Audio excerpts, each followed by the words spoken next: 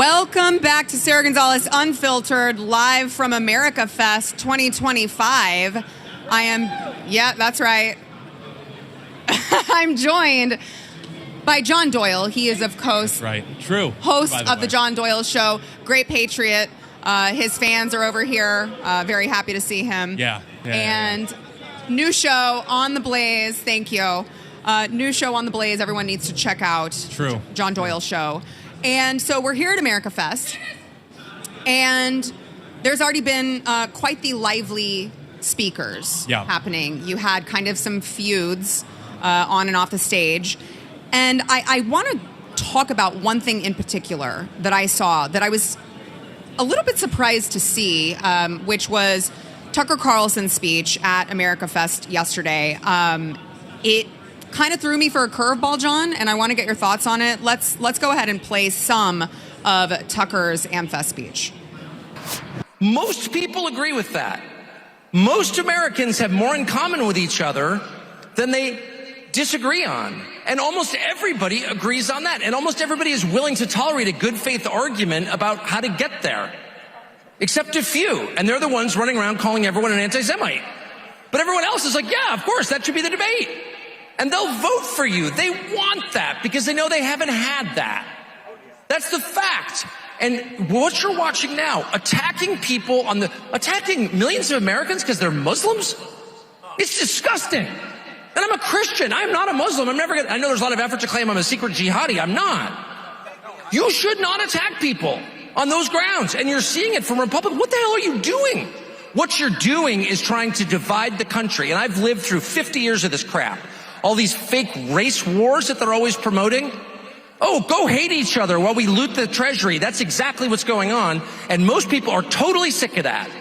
So yes, there is a possibility for a huge coalition of decent people once they free their minds from the traps set for them by others and realize, wait a second, we all want to make this country better. And the 15% or 30% who don't, okay. You know, good luck in Maryland or wherever you wind up. But the rest of us would like to fix it. Now, I actually have a major problem with the Islam-Muslim rhetoric coming from Tucker Carlson. I actually don't think, I think it's wrong. I think it's a leftist tactic to say it's evil to be anti-Islam.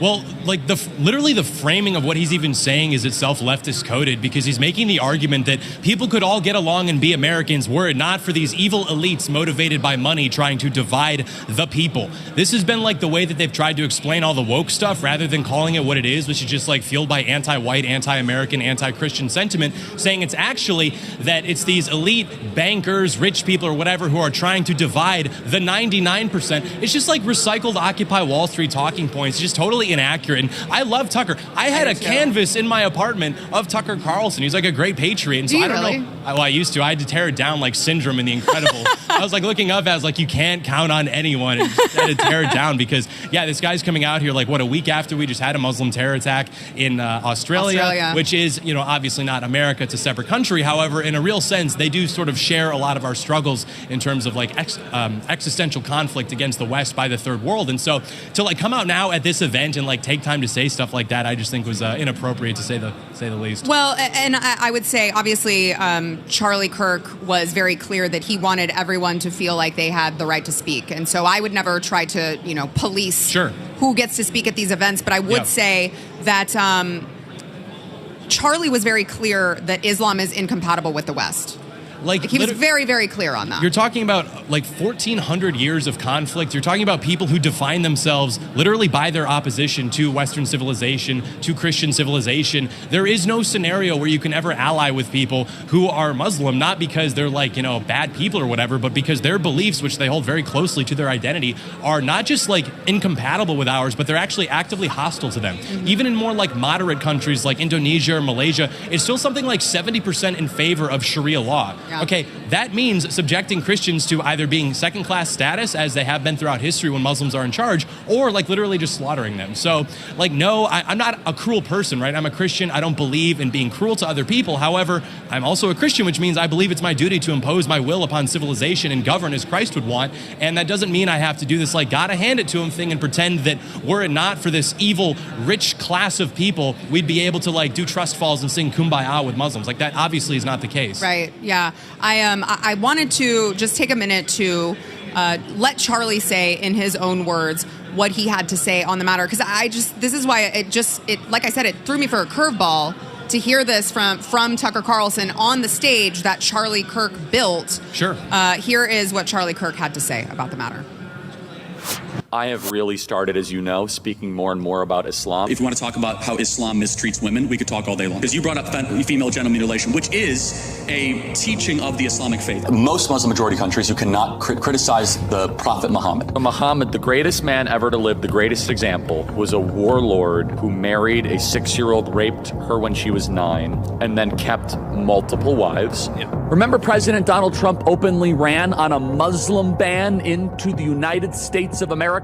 Do you think Islam is compatible with Western civilization? Absolutely not. You get rid of Christianity, and then, even more dangerous, you go from secularism then to Islam. Because then you're like, well, we have to believe in something, and then you bring in a completely different ideology that's at odds with Western values. I debated at Oxford and Cambridge back in May. These are broken, conquered cities and towns. They're completely unrecognizable. When I go walk through Piccadilly Square and there's just more Muslims than native-born whites, or there's something wrong about that, and that is a metamorphosis and you have to wonder, like, did you vote for this? Did you want this? Did you invite it? I know a lot of great individual Muslims. My primary doctor in America is actually a Muslim, and he's amazing.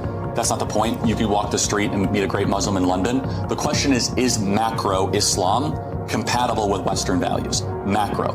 Of course it's not. Islam does not believe in freedom of speech. Islam does not believe in freedom of religions. And finally, whereas we in the West are very careful to try to intermix religion and state, they are commanded to actually go into the state and try to change the state to be more Islamic around the core pillars of Islam. Those three things are antithetical to the West. We've had imams in England saying they want to mount the West like a woman to be mounted and subdued. Gaddafi said something similar in the late 90s, saying that we're going to take over Europe without ever having to lift a sword. For anyone that has eyes to see and ears to hear and actually reads the Hadith and reads parts of the Quran, you know that conquest is an Islamic value. I cannot see a single Western country that has become more Islamic and has become a better place to live that is happier or freer. By what metric? Just happiness, quality? Everything from quality of life, from cultural cohesion. The spiritual battle is coming to the West.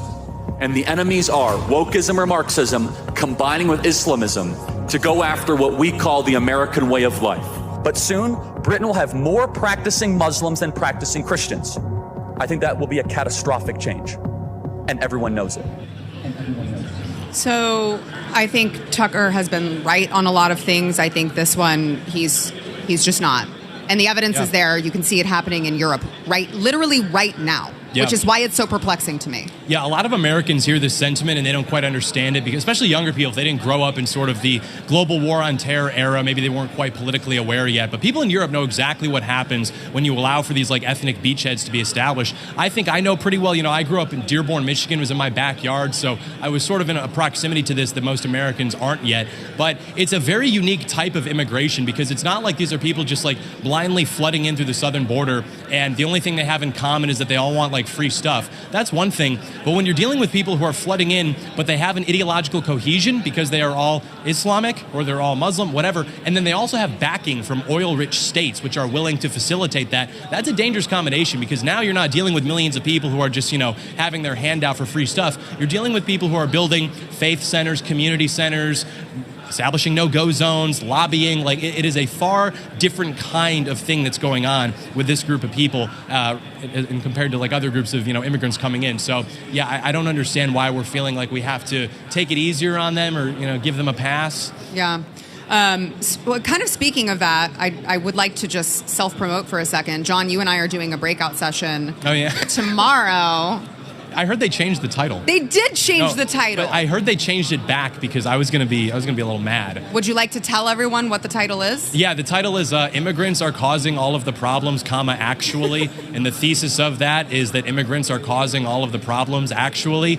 And that was, actually, I won't tell that story. Let's just say I gave similar sentiment a few years ago at a certain political event, and they put me on a certain blacklist, and I've been off that list now, which is great. And so I will deliver the same message tomorrow with my good friend and woman of color, Sara Gonzales. We'll be discussing that because, yeah, it's not enough to say that like illegal aliens are causing problems. It is like decades of systemic importation of people from countries that are just fundamentally incompatible with ours. And frankly, as an American, I feel completely emboldened to say that. You know, if I speak nicely about immigrants, not so nicely about immigrants, you can pray that I am charitable, but ultimately, as an American, I get to have that conversation without regard for how people may feel about it who are from countries that are foreign to my own. And yeah, so I would like to talk about that because it does affect literally every facet of our society, whether it's you shopping at the grocery store, traveling at the airport, trying to buy a home, putting your kids in certain schools or others. Like, it affects everything. Yeah, it really does. So those of you who are here, we hope that you will join us for that. And make sure to tune in to John Doyle Show. So true. The John Doyle Show. That's right. When does it air? Can you all the time. Tell people where to find you? It's youtube.com/John Doyle, aptly named John Doyle Show, and you can find it there. We post. I think we posted today, actually. Great. Yeah. So make sure to check it out. If you like this clip and you want to see the full episode, click here. And if you want to subscribe to the channel, come on, you know you do. Click here.